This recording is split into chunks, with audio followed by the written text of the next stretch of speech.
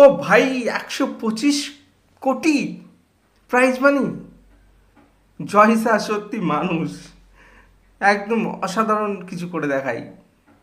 এর আগে করেছিল যে বলেছিল ভারত 2024-এ বার্বাডোসে রোহিত শর্মার নেতৃত্বে বিশ্বকাপ জিতবে, সেই কথা আজকে মিলে গেছে।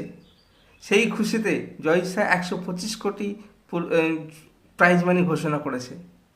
125 কোটি, যেখানে বিশ্বকাপের প্রাইজ মানি হয় 20 কোটি টাকা, সেইখানে প্লেয়ারদের প্রাইজ মানি রেখেছে 125 কোটি। এটা জয়সা বলি সম্ভব ভাই।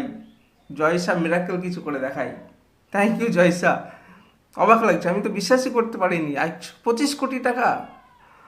ও ভাই, একটা দেশের পেলে পিসিএল মানে খেলা হয়ে যায় এরকম 125 কোটিতে।